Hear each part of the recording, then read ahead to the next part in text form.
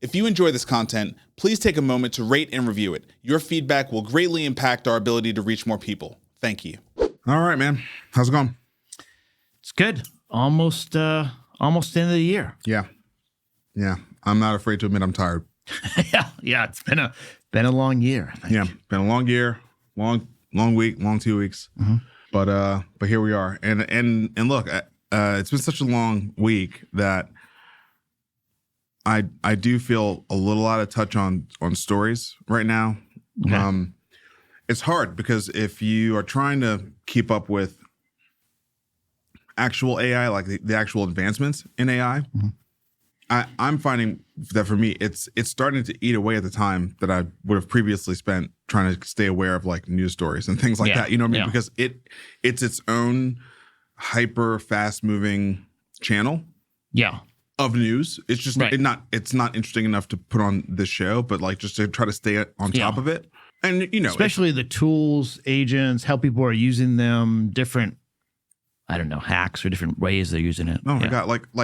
Like the Claude skills paradigm. That's kind of like really, I mean, Claude skills have been around for a couple of months now, but I mean, really in the last 2 weeks, everyone's like, oh, right. Yeah, like this is the whole game now. Right. You know, and it's like, everyone's rewriting all their stuff and shifting to all the skills. And then, you know, someone came out with a package that like will put a little SQLite database in place to give Claude Code persistent memory, you know? Yeah. It's called Claude Mem. Yeah. You know, and so it's just like, whew. You know, it's a lot, man. Yeah. So, you know, I appreciate these little checkpoints every week where you remind me. It forces us to pay attention. Yeah. Yes. All right, man. With that, let's dig in.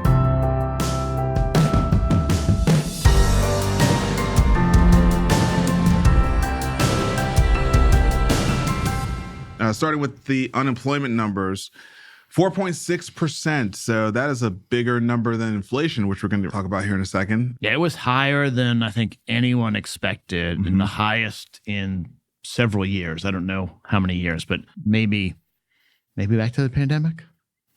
So it's not a huge number from historical standards, like in the 70s and stuff, but still. But the trend is bad. The trend is bad. If you're watching, you can see, but for several months, it's been on a steeper ascent than we would like. Yeah, for sure. Lower on in this Wall Street Journal article, there is a change in jobs from November 2024, so over the last year. Mm-hmm. And industries that grew, healthcare is in the lead.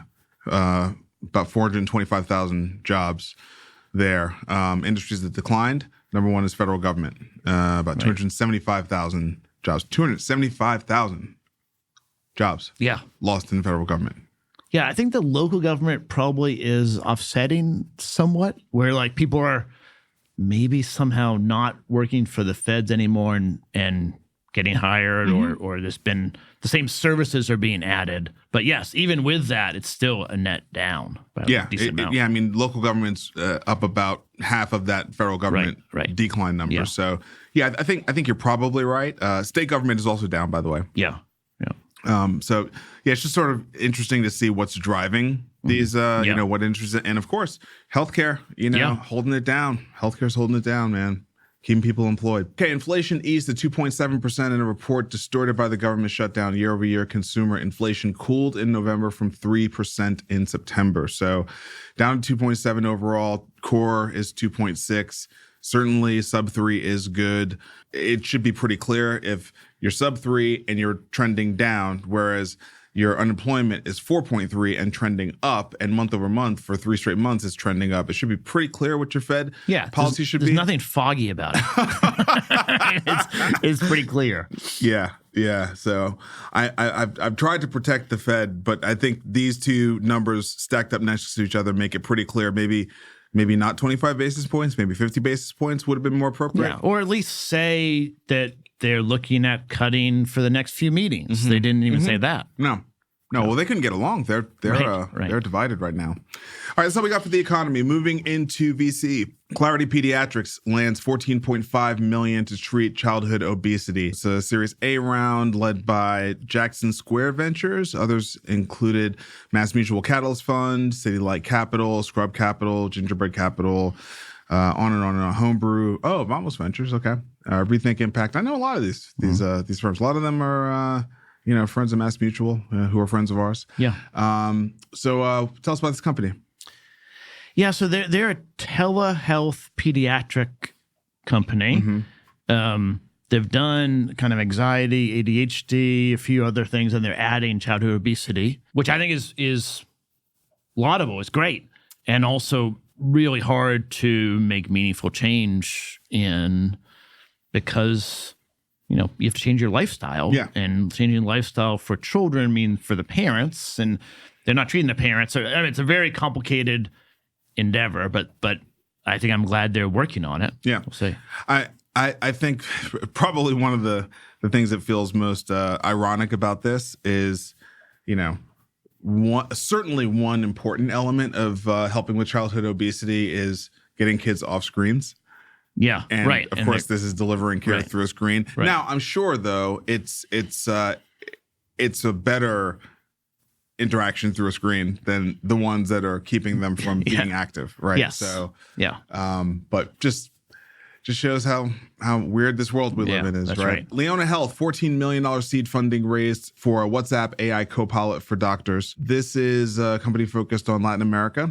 I think it's probably focused globally, because outside the United States, WhatsApp is like a full-on, business platform. They're starting in Latin America, but I think they have global ambitions. Yeah. In the time that I spend in Mexico, my whole life is on WhatsApp. Yeah. It's amazing. It's amazing how much the whole economy runs on WhatsApp. It's unbelievable. Yeah. It's so great. And then I come back here and it's like, it doesn't work that way. You know what I mean? It's like, it's a lot of email, and it's actually pretty janky. So this round was led by A16Z, participation from General Catalyst, Acel, Maven Clinic founder and CEO Kate Ryder. For me, what stood out was Rappi co-founder and CEO Simon Borrero.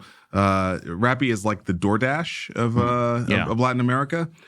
Use it quite a bit, and so that's an all-star team around that table, and interesting to see A16Z and Gen Catalyst investing in a healthcare platform primarily focused on Latin America.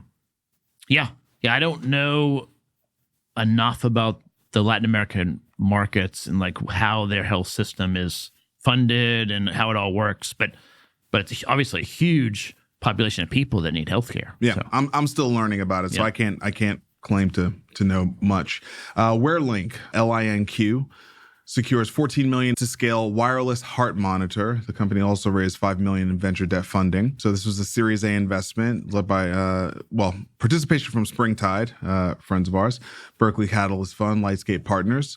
Talk a little bit about this one. I mean, this is your passion area, heart disease. Yeah, I think one of the reasons I think we can end heart disease is because there's a lot of treatments, medication, diagnostic tools, and there's more coming out every day. And this is an example of that. It's a 6-lead ECG monitor, continuous monitor for 48 hours. And then the idea is it's stored to your phone, and then you can send that bulk of readings to your doctor. Seems pretty valuable. Which is pretty interesting. I don't know exactly what phase of heart failure you need it to benefit from, but I think there probably are pieces. Maybe it's maybe around AFib, maybe around something else. I'm not sure. Yeah. But it's not a consumer device, though. I mean, right? This is a clinical healthcare device. You get sent home from the hospital with this thing, or it gets mailed to you, and then you use it, and you probably send it back in, right? I mean, because that's what a lot of these types of devices are. Yeah, I don't know if there is clarity on how doctors and patients are going to use it yet. They have a lot of aspirational things here, like if we can save 10% in heart disease deaths, that would be wonderful. But look, I mean, I agree with that. Look, it's the low-hanging fruit. There's no question about that. I mean, the heart disease, you can chop off a chunk of the deaths with better detection and better monitoring. Yes. And it's the number one killer. So it seems like just an obvious place to pouring money for innovation, and particularly for wearables that extend beyond the clinical theater, right? Yeah. Okay. Auxira Health secures $7.8 million for virtual cardiology platform. So this is led by Route 66 and Abundant Venture Partners. I know the Abundant folks. Yeah. Yeah, so this is much closer to home for me. I mean, this is what I think is needed to really make a difference in heart disease, is screening and catching people early, which I don't know that they're doing. But then if you catch someone at 30, 35, 40 years old and they have early signs of heart disease, they immediately need to be given advice on what to do, how to take care of themselves, how to approach it. And we don't have enough cardiology supply. And so adding to that with this virtual platform, I think is great. Mm-hmm. Valerie Health raises $30 million in a Series A to bring AI front office to independent provider groups. So this is Redpoint Ventures, a name I haven't heard in a while. They are leading the round as Valerie's embedded AI and human teams cut administrative costs, speed scheduling, and turn lost referrals into patient visits. So simple value proposition, kind of like what ZocDoc, did before the AI era, right? Yeah. Well, and we have two competitors, Leona Health and Humanate Digital, are both in this space in the front office. So like you need to change your appointment, or you, I don't know, you want to modify something, you have a question. It's a great space and there's plenty of opportunity. So kind of a pretty big Series A raise, but good to see people coming in. Yeah, and you pick your front office, right? Like what segment of the market are you gonna tackle and specialize for? Yes. Right. Going to what would be providers, but this is like that sort of at the end of VC before we get into the industry. So Medline went public. Ticker is MDLN, the biggest IPO since 2021, and that seems appropriate. I mean, Medline is not a new company at all. Right. Medline is a big company. Most people who know what this company would do but don't know the company know Cardinal Health, for example, and Cardinal is a kind of a primary competitor to Medline. And great to have a really solid healthcare IPO out there in the market from a company that we know is going to be solidly delivering on a regular basis. They raised $6.3 billion in the IPO, and the stock closed 40% up from the $29 IPO price. I think that I think their timing is great, right? Because they're coming in at a point where people are worried about the AI bubble. And this is a really good value buy, right? If you're a little worried about that part of the market, right? Grab you some Medline, right? That'll offset that for sure. Yeah, and it's great to see any IPO come out at that size and have a day one kind of pop like that. It's great. I mean, this was multiple private equity firms in it.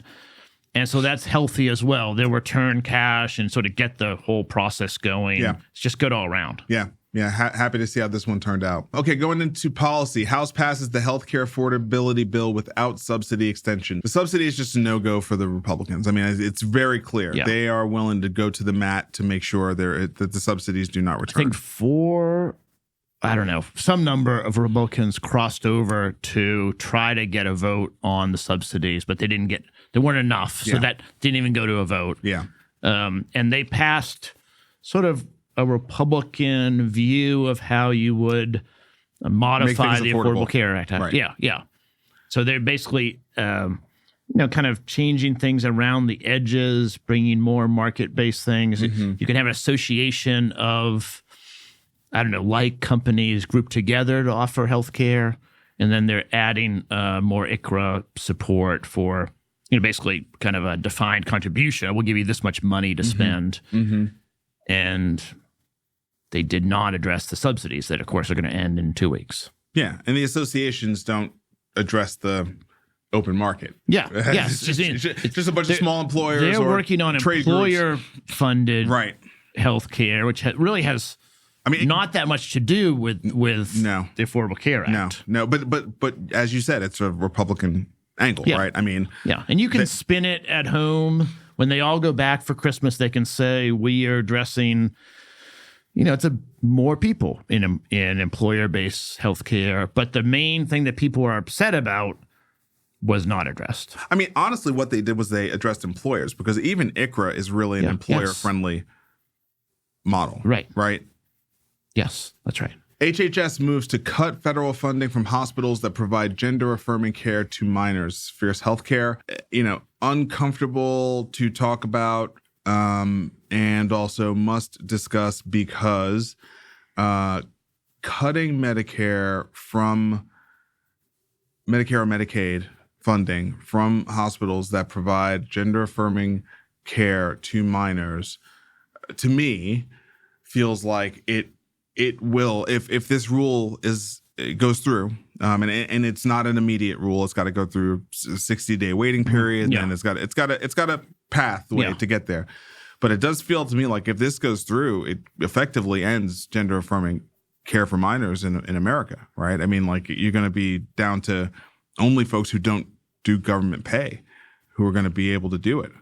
Yeah, which not any hospitals that I know of. I mean, it's very difficult to be a health system today and not have any government pay. Yeah. It's not realistic. So this is sort of the big stick that the Trump administration rolled out in the transparency rule, and Trump won.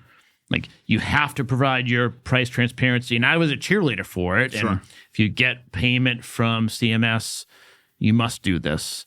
They're using that same kind of big lever now for a much more politically sensitive topic. Mm-hmm.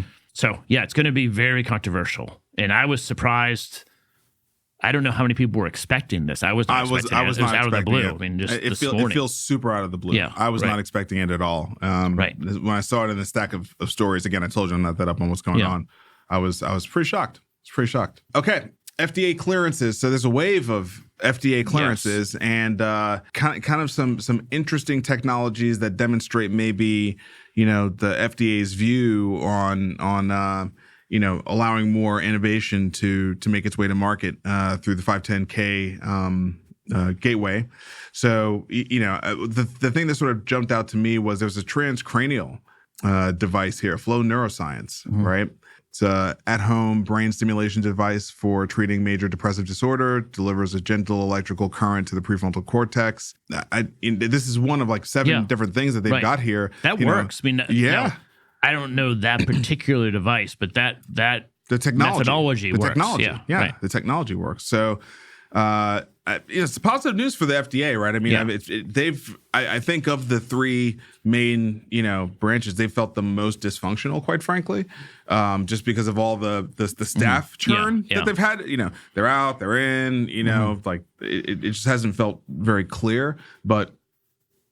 Putting a wave of technology out on the market that's a good sign. If they can start approving a lot of 510K devices, and then they had one de novo device here, that would be really positive. Just to whatever your politics are, it'd be great to get new technology out in the field. Well, it's gonna re-enable capital, right? I mean, this has been.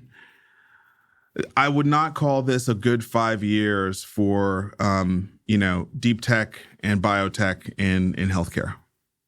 Yeah. From the capital markets perspective, right? I mean, hasn't been good on the IPO side. And it's not good on the IPO side. This stuff requires a big payday on the other side because the front end is so capital intensive. So at least clearing the pathway, can kind of grease the skids a little bit. Okay, going to payers. Highmark posts $24.6 billion in revenue through Q3 as utilization pressures persist. So the bottom line on that, though, is they reported a $69 million net loss and a $204 million operating loss alongside that revenue through the first 9 months of 2025. And the bulk of that loss came from the health insurance unit. Yeah, I mean, I don't know that they publish it, but MLR utilization is high. It's up. And they haven't been able to ratchet pricing to keep up. Even though prices are coming up significantly, the cost to deliver care is coming up faster. And so all the payers, I mean, Highmark is just the latest one, they're all struggling with that. Yep. UnitedHealthcare to hold off on remote patient monitoring policies. So when we reported on this initially, you were like, I have no idea how this works. How does this work, right? Yeah. And perhaps it doesn't work. I mean, or at least they're going to hold off because they probably got a lot of attention. Got a ton of pushback. Yeah, they probably got a lot of attention for this one, right? Yeah, so they haven't really backed down on their assertion that remote patient monitoring, except for a very small number of... There's heart failure and like one other thing. Yes. They haven't really backed down on their belief that it's not useful, but they have delayed implementation of, not paying for it anymore. Yeah, it's not going to start Jan 1. Right. Yes. Right. So we'll see if there's a follow-up story on this or if it just kind of quietly goes away. Yeah. It could more likely to quietly go away. It could be that it just quietly goes away. Yeah. Kaiser pulls plans from the Georgia Insurance Exchange, but this is not the typical pulling out of a market story. In this case, it reads, this is a little bit of a confusing article here from Modern Healthcare. I don't know if I totally got this right, so the disclaimer on that.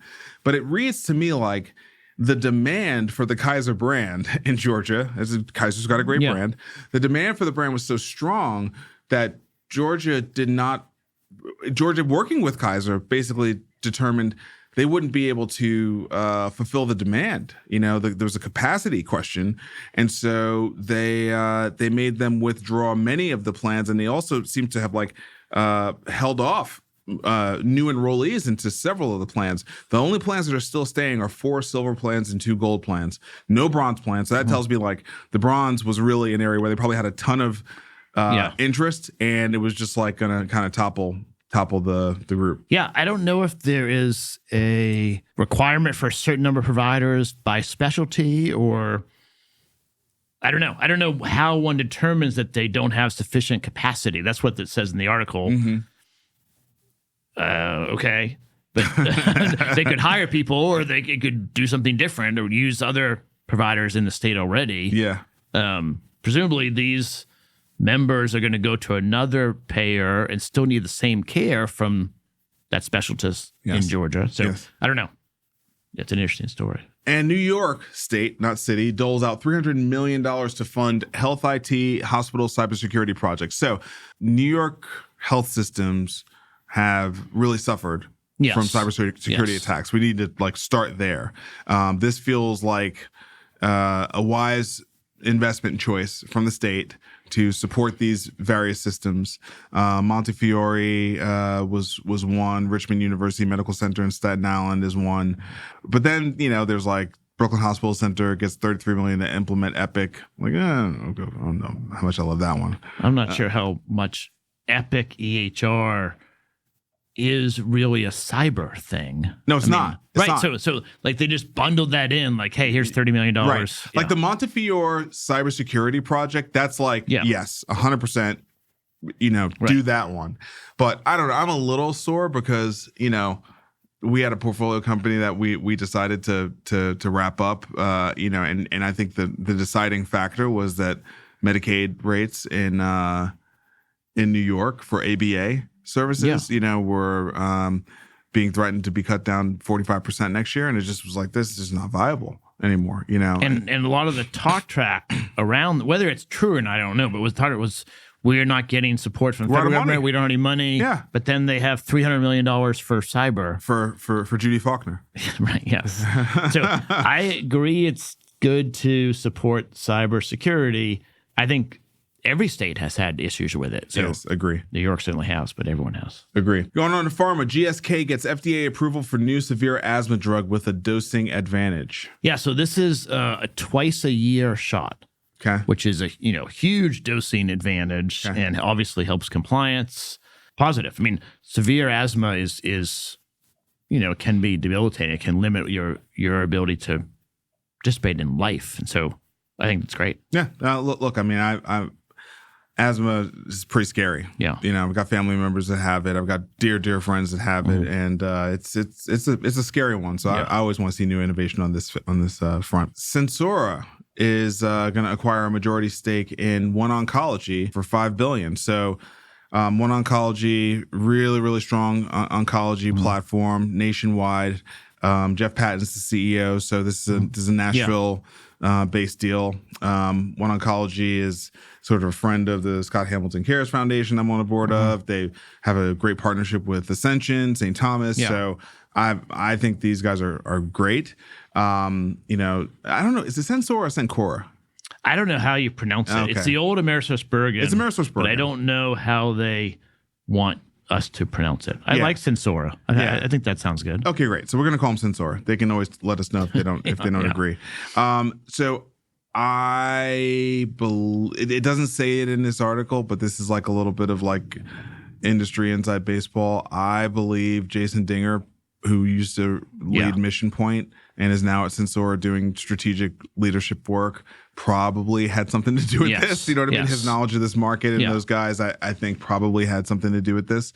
He's a smart guy. He's a real smart guy. And it's a great deal for Cencora. It's a great asset. No, One Oncology is a great asset, you know, and I think they've got well, I hate to say they've got a bright future because, you know, that just means cancer. We're not that close yet. But unfortunately, there's a lot of time with a lot of cancer. That's right. But they do a good job. They do a good job with it. You're getting better at that. Yeah. I can hear him coming now.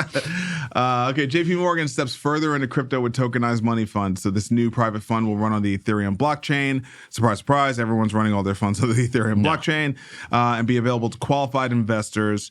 It's a $100 million money fund. Yeah, I mean, I think every week it feels like JPMorgan is rolling out a new thing, and everyone's going to follow them. I mean, all of Wall Street's going to be tokenized. Yeah, and it's nothing, it's press release stuff because $100 million for JPMorgan is just like that's literally like a few dollars you and I have in our pockets, right? I mean, well, they seeded it with their own money, $100 million, so they can then sell it, and it's already in existence. That's how they set it up, right? But I'm saying $100 million to them, it's nothing. It's nothing to them, and they're just moving $100 million out of one account into this account, correct? So they can sell it. And at the same time, I think a lot of people are going to buy it. Of course. Yeah. Well, the first buyers are going to be crypto people. Yeah, because they just want to gin the thing up. There's actually before we go on, is there more on the crypto side? Yeah, one more. So Coinbase joins with Kalshi to enter the surging prediction markets. So Coinbase had their big reveal of the next sort of chapter in their business, and it's Coinbase, like everybody, is going to be the everything app, right? Yeah. Okay, so and they've been on a M&A spree, as we know. They bought the tokenizing platform where you can do IPOs. Yeah. They've got Base, which is a social network that sits on top of Farcaster. Now they're partnering with Kalshi. I mean, they're trying to keep time on site very, very high. Yeah. But I think related to that is I was listening to it today on the Blockworks Empire show. There's a guy who wrote Dougie DeLuca. This guy, he's at one of these pretty well-respected crypto VC firms. And he wrote this story, he wrote a piece on Twitter called Crypto is Dead. And the premise is basically that the era of crypto being this insular market where everything is done for crypto native people is over because it's tapped out. It's not, that market is not going to grow anymore. And so it's time for crypto to basically become effectively invisible. You know what I mean? Just be part of the products that people love every single day. And, it's you don't talk about what it's TCP/IP. I mean, I don't know how it works, but we're using it right now. That's right. We use it all the time. That's right. That's exactly right. Yeah. And the piece, which was a little bit of a risk, right? Because you're talking about crypto natives. And it turned out that he really said the quiet part out loud. And everybody in the crypto industry was yes. Right. Because they're all why is the price action so bad, right? Bitcoin right now is in 83,000. Yeah. Why is everything so bad right now? And the answer is because it's just kind of tapped out. You know what I mean? You're not gonna, you and I both have Farcaster accounts. We were on there. Farcaster's actually going into a wallet mode. They're not even focused on social networks anymore. I mean, for a long time, people were just talking about their coin that they were shilling to try to make money. Mm-hmm. And I'm not opposed to making money. I'm a VC, but it's just not that exciting. Unless I own the coin, I don't care if it goes to the moon or not to the moon. That's right. Yeah. You have to have actual use for it to be crossover. Correct. And I think where that circle back to this Coinbase Kalshi story, it's prediction markets have proven to be an actual real world use case that is working for crypto. It's legitimately working in the mainstream.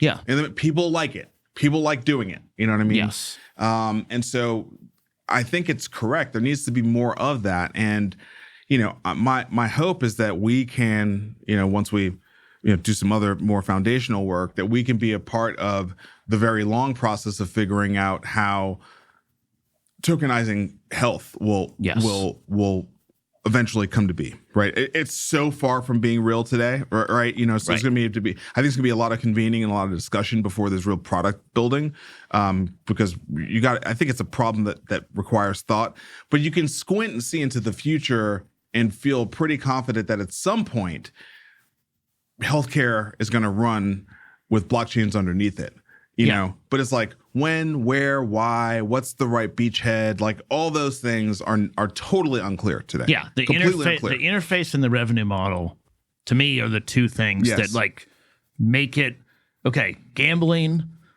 people are going to want to gamble. Yes. We know what the interface is with DraftKings and FanDuel, and we know it. And there's a clear revenue model. They're willing to pay 3%, 5% VIG to do it. Right. And that's obvious. The reason I think we cover JPMorgan and Wall Street is there's a revenue model interface there too. Like they are spending a lot more money doing money market funds and things the old-fashioned way on the old shitty rails. Yeah. And it's just like TCP. They're gonna plug in crypto, whether it's Ethereum or Solana, it doesn't even matter. They're gonna plug in something, and my mom's gonna put money in a money market account, and she doesn't know or care what the rails are. Right. All she knows is this one charged me less fees. Right. So Wall Street, I think, also has. I can see that healthcare doesn't have either. I don't know what the interface is. I know how bad the interfaces are in the industry right now, but we haven't figured out what the right interface is, and there's also not a revenue model yet. So we have to figure that out. Yeah, it's a long way away, but it's worth continuing to track. Yeah. All right, AI rundown. The political skirmish over Trump's AI order is just the beginning. So, the fundamental issue with the AI order is that it is federal and nationwide, and it limits states' rights. And that's kind of counter to so many of the things that this administration and the Supreme Court has been ushering in, during this last, this last 12 months. And so you can understand fundamentally why this is another kind of infighting issue amongst the Republicans. But I think also there's a jobs issue there, right? I mean, I think that that's real. I think that on the populist side, people are looking at this AI thing, and they're looking at this rising unemployment, and they're looking at the dwindling prospects, and it just feels kind of dystopian. And I don't think it's going to be that popular in a populist era of politics. Right.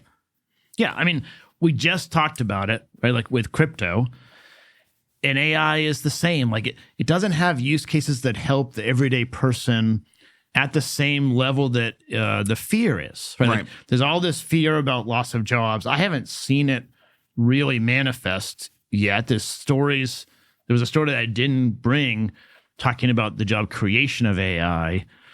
And there's just anecdotes on both sides. There's lots of noise around it, but we really haven't seen it come in and change our life in a huge way for everyday people. Right. And so there's a lot of fear around the country, and the White House just saying like David Sachs and Howard Lutnick are going to decide this and it will be the best for everyone. That not everyone's totally comfortable with that. A lot of Republican governors are not comfortable with that. Mm-hmm. Never mind Democratic governors and senators and House representatives who kind of think it's their job to do policy. I don't know. There's a lot of people that don't like it. I think it is true that 50 states fighting over AI policy would be chaos for bringing products to market. And at the same time, the states experimenting with lots of different things and then bubbling up what works has worked for 250 years. Mm-hmm. And so, I don't know. I'm not sure AI is that different than electricity. But anyway, that's the debate. And so Trump, like he always does, is just jumping out in front and doing an executive order and trying to ignore all the talking on both sides. Mm-hmm. All right. So there's just so much chatter right now about whether or not we are in an AI bubble. It scares the crap out of people because of how much of the American economy is now wrapped up in, the 7 companies and then some satellite companies that sort of is it the sit economy around or the stock market? Well, I think they're pretty much the same. I don't know if they're the same, but yes, that people. The stock market is certainly 7 to 10 companies. Well, let me just say it this way. When you look at tourism, okay, and you look at hotels around the country, the only place where revenue per available room is like growing and doing well is luxury. Yeah. Like, I think the spending is so concentrated amongst the asset holding,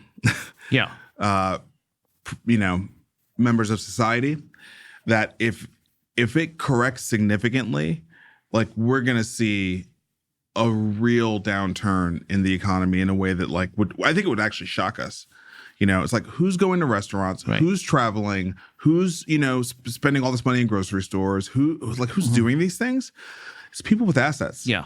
You know what I mean? Who are not getting killed out here. And so, it's not a one-to-one to the economy, but it's holding things together. Yeah. It's holding things together, and I think that makes sense. So for the top part of the K, definitely, if your stock market portfolio is up, you spend more money. Yeah, there's they're no question employing about people that. Right? So maybe it's 10% of the population, but it's 70% of the spend. It's a significant percentage of spend. Yeah. It's a significant percentage of spend, right? And so I think that we're in this really weird place where everyone knows it's not hype cycle, right? Everyone knows the technology is real, but now we're starting to have more thoughtful conversations, like, how long is it going to take for businesses to actually absorb this stuff, right? It's like, we started this whole conversation talking about, like, every day, if you're on X, it's just unbelievable how fast this stuff is moving. Well, guess what? Businesses cannot adopt things that move that fast. It's just not, you can't wrap a change management cycle around a technology that literally, and look, here's one of the big problems is, like, okay, we're going to talk about Google releasing Gemini Flash 3, right? And the problem is, Flash 3 does not work like 2.5 did. Right. It's like literally, like, it's quote unquote better, but it's also different. Right. Like, yes, all your prompts, all your things you had designed over the last 12 months that 2.5 was using need to be changed. It's not stable ground. Right. And you think about the way that software used to work, right? It's like, okay, you had this feature set and they would add features, and I mean, it would be a big deal if a feature got deprecated. Yeah. Right? Because, oh man, they took this away. I used to do this. Right. Now, all the time, your features are deprecated. Right. You know what I mean? Because it's like, oh, that paradigm's old. Now we do this, And so this idea of, okay, it's going to steal jobs, but if businesses can't absorb it, if businesses can't adopt it, if businesses can't operationalize it, is it going to steal jobs, or is it just going to be like this really, really cool parlor trick that a couple of early stage companies like ours can really leverage because they got the time and the space to do it, but like the Fortune 5000 can't do it, right? Because that's where the real job loss and the real market capture will happen, not at the early stage. Yeah, the early stage doesn't employ enough people. That's what I mean. Right, yeah. Yeah, so I guess that's the debate. That's the debate. I mean, yeah. And I think to me, it's a time horizon debate. Yes. I don't think you or I would debate whether AI will be brought into the Fortune 5000. It's just a question of, is it going to be happening in the next 12 months, 5 years, or 20 years? And who do they choose? And what do you mean by that? I mean, the enterprise doesn't play like as technologists, venture guys, builders, we all use multiple AIs, right? Yeah. You're using Manus and blah, blah, blah, you know what I mean? Like, what task determines what thing we're going to use, right? Right. The enterprise doesn't work that way. They pick a vendor, they go big, they put it in procurement, and they deploy it out to everybody. And what they're finding right now is, okay, well, of course they're going to go with Microsoft because they already have a long-standing relationship with Microsoft, but Copilot's not that good. Right. And the usage on Copilot is very low. Yeah. It's like people aren't using it. Yeah. So that's right. But that's you asked me what do I mean when I said, like, who are they going to choose? That's what I mean. Like, what vendor are they going to? They're not going to change that fundamental procurement model. they're going to pick a vendor.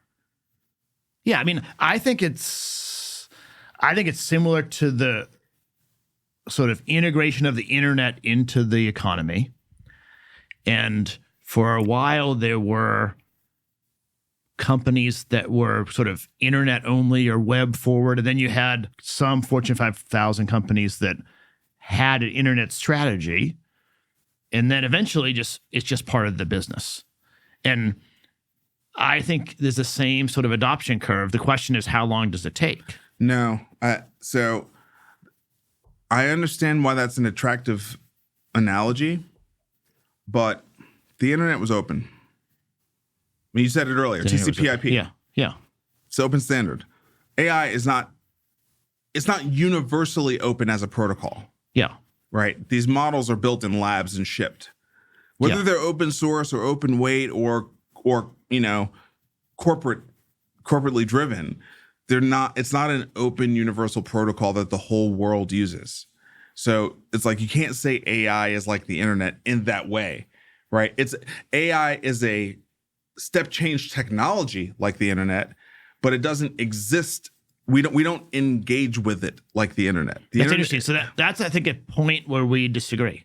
So my belief is that inference at whatever time horizon begins to show a lot of adoption. So say it is 5 years, just to pick the middle time that I picked, but we can, the time horizon is the debate, I think. But when we get to that adoption, I think inference is going to be very common and not much difference between them.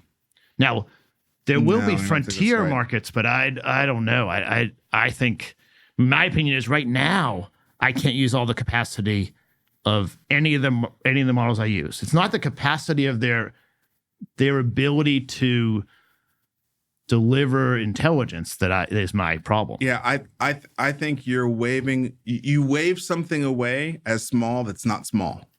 Okay, what is that I waved away? You said not much difference between them.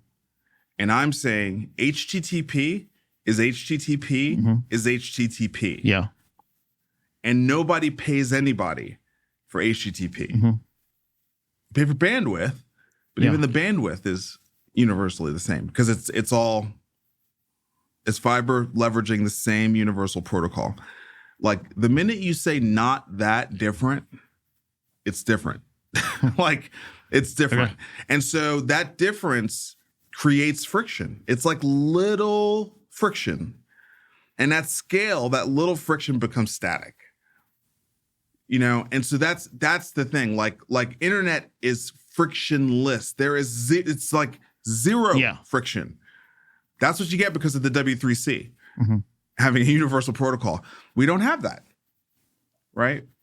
These things roll out all the time. They're changing all the time. You know what's more like the internet? Bitcoin is more like the internet. Doesn't change very often. It's one protocol, right? Bitcoin or crypto broadly? Bitcoin specifically.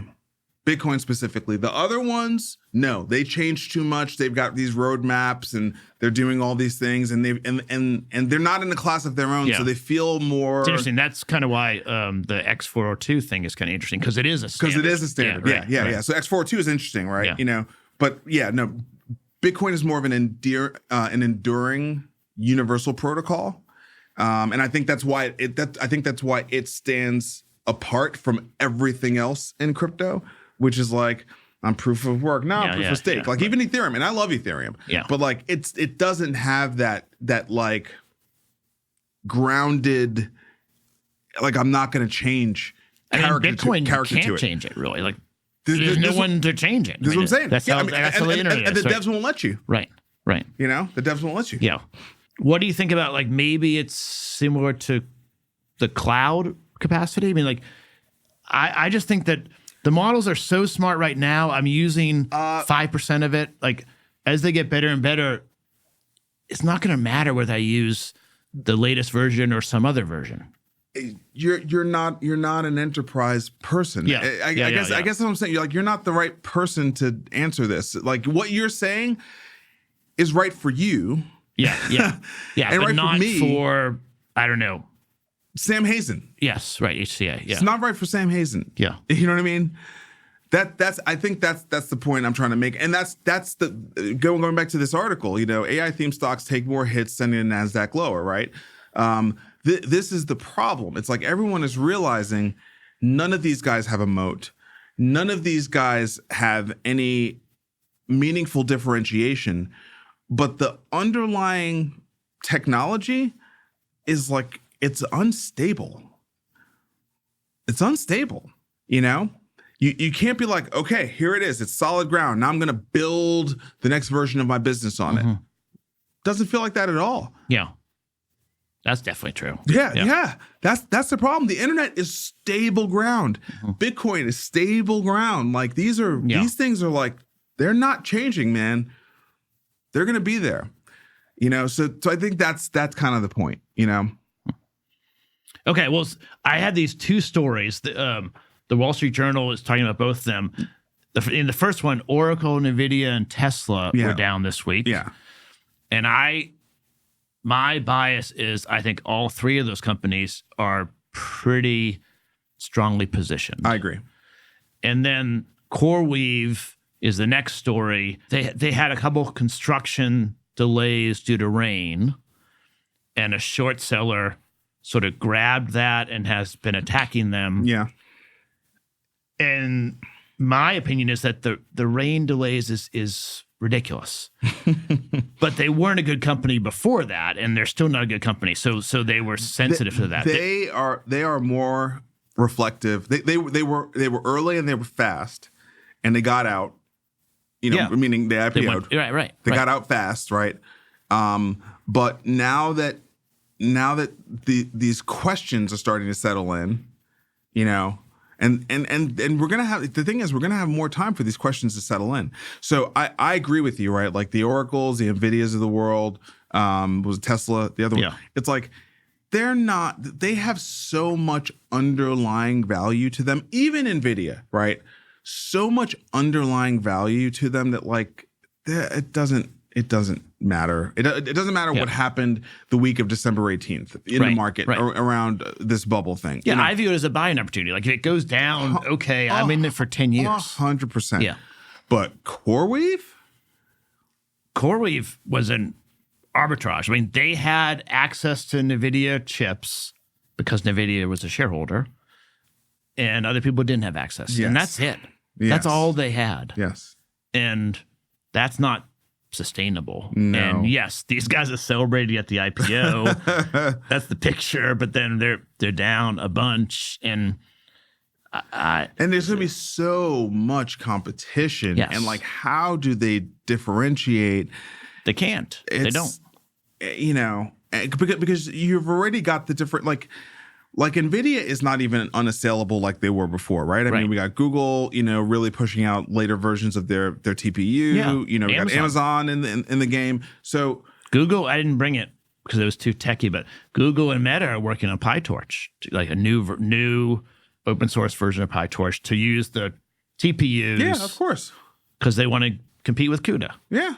So, anyway. All right, OpenAI is in talks to raise $10 billion from Amazon and use its chips. So, everyone talks about the circular deals here, and listen, I don't care about that part. I think what is far more interesting is how there's really no exclusive relationships, man. It's like everybody is doing a deal with everybody. It's like, don't get caught up thinking OpenAI is only with Microsoft. No way. Don't get caught up thinking Amazon's only with Anthropic, like just because that's who they were.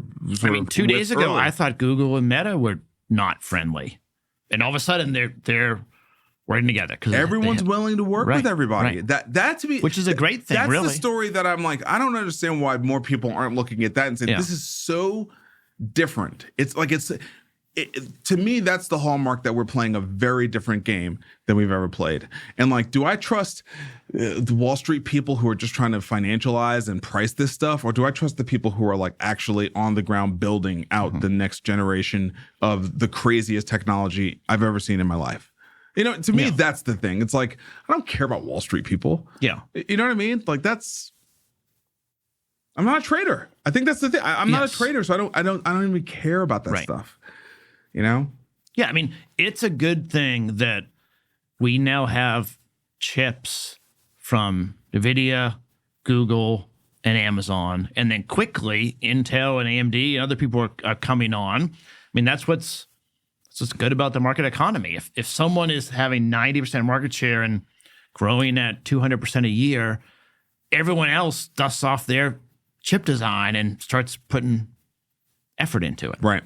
All right, 2 more stories. First one is that Google says its new Gemini 3 Flash AI model is better and faster than 2.5 Pro. So Flash is like the lightweight model. It's the less expensive, fast model. Yes.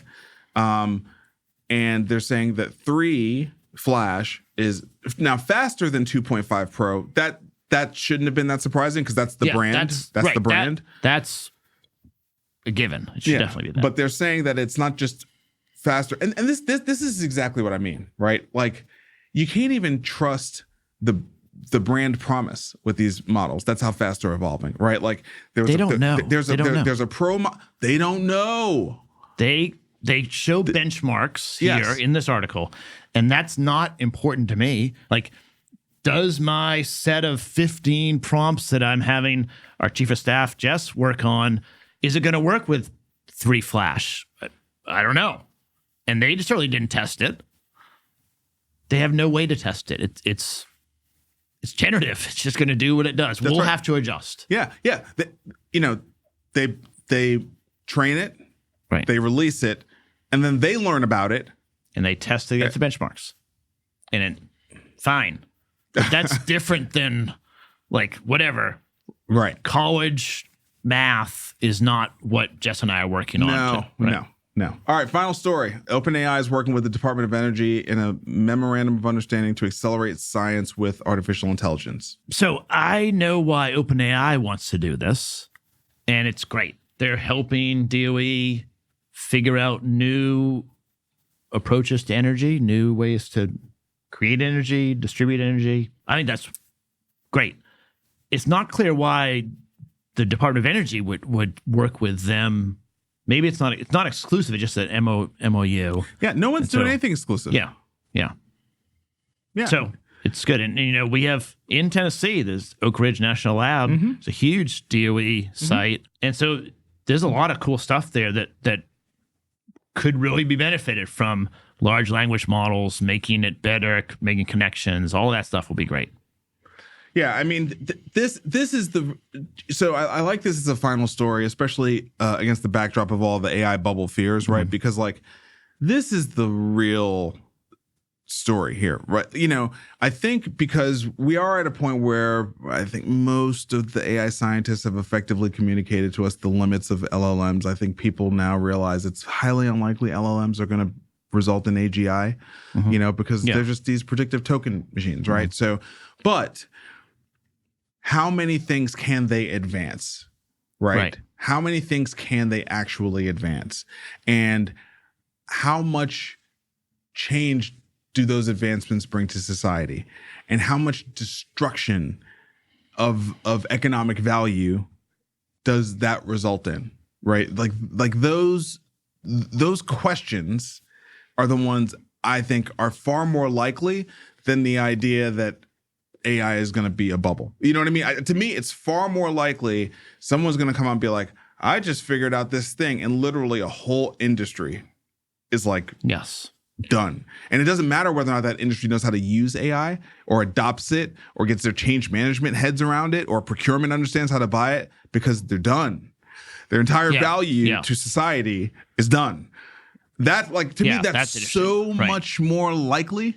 You know what I mean? Right. And I don't see how, like, if you've again, because I was a coder, to me that's my experience, and I'm like, this thing is better than I ever was as a coder, and it's not remotely close. Like, and it doesn't get tired. I mean, like, just going on. I was never the best coder. I understand that, but let me just say this: the delta between me and the best coder, and the delta between me and this in Claude Code, is not remotely close. Right. Claude Code is way better than the best coder. Now there's still coders out there working. Okay. Yeah. You know, but like, we're just washing through this. We're washing through the process of people realizing the reality about this. It's gonna take a minute. You know, but I just look at that as an analog, and then I look at something like this with the DOE. You know, not education but energy, and I just go, man. I mean, I think that. I mean, energy is the bottleneck. So it's great that we're using the technology to empower scientists like this, and it's the place where we'll lose to China. I mean, it's as simple as that. If we don't figure out the energy bottleneck, China has a huge advantage over us. And if we do figure it out, we're going to kill them. And so it's great that DOE is working with OpenAI. Hopefully, they're working with anyone that wants to work with them. I think they are. Yeah, I think they are because we already know the government launched with Google Gemini. Yeah, There's just no exclusivity. Yeah, there's no exclusivity. Right? Yeah, our friend that's looking at FDA, they're using an Anthropic derivative at FDA. Yeah, there we go. Everyone's using everything, and David Sachs doesn't like Anthropic, and the FDA is using it. Right. So you know what I mean? It's just like doesn't matter. Okay, man. Good show. I'm out next week. Yeah. And I think we should take a break next week. Yeah. I think we should take a break next week. So, look, I don't know. Maybe we could talk to Aaron about splicing something together for us. But this is probably our last live show of the year. Yeah. Wow. Well, it's been a good one. Yeah. It's been a lot going on this year. Man, it's been a lot going on this year. I got to tell you, I'm really excited about next year. Yeah. I think next year a lot of things come together. You know, we're not dealing with so much of the churn from Trump. You know, like I feel like that playbook is basically laid out. We pretty much know what's going on there. I think that crypto is positioned to have a breakout year next year for a bunch of reasons. One of them being global liquidity, another one being the rates are going to get cut. So I think that's a big deal.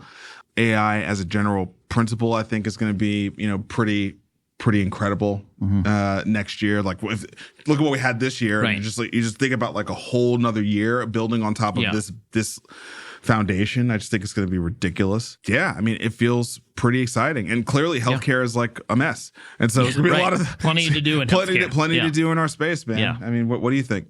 Yeah, I think that's right. I mean, I think that AI and crypto are going to come together next year in an interesting way. Like, crypto's hard to work with because there's a lot of detail and it's super complicated. And I think AI is well suited to be kind of an overlay that can help with that. Yeah, and then I agree with you about the rates. I think we're going to have a few months of inflation coming down, and then we're going to get a new Fed chair.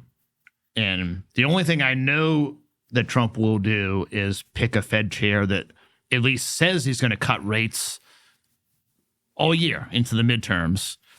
And so I think we're going to have declining inflation, job fears, and a bunch of rate cuts right when Wall Street's going like into crypto Web3, and there's an AI overlay that we can understand it and not leave like big gaps and vulnerabilities, which is a concern in crypto because it's complicated. So yeah, I'm very bullish about it. I think, and you know, we have midterms. Who knows what's going to happen? But right now, it looks like you know, I mean, Republicans will lose the House. Looks like, and so that'll slow down some of the, you know, intensity of which of things. We need to take a breath. We need a breath. We need a breath. So. I think 2026 is pretty exciting. I think at Jumpstart it's gonna be an exciting year for us too. You know, we got new funds going online. You know, you're about to close some new deals. Yeah, it's fun. Yeah, we might have some new announcements in the first quarter. I think we will. I think we will. All right, man. We'll see you on the other side. Yeah.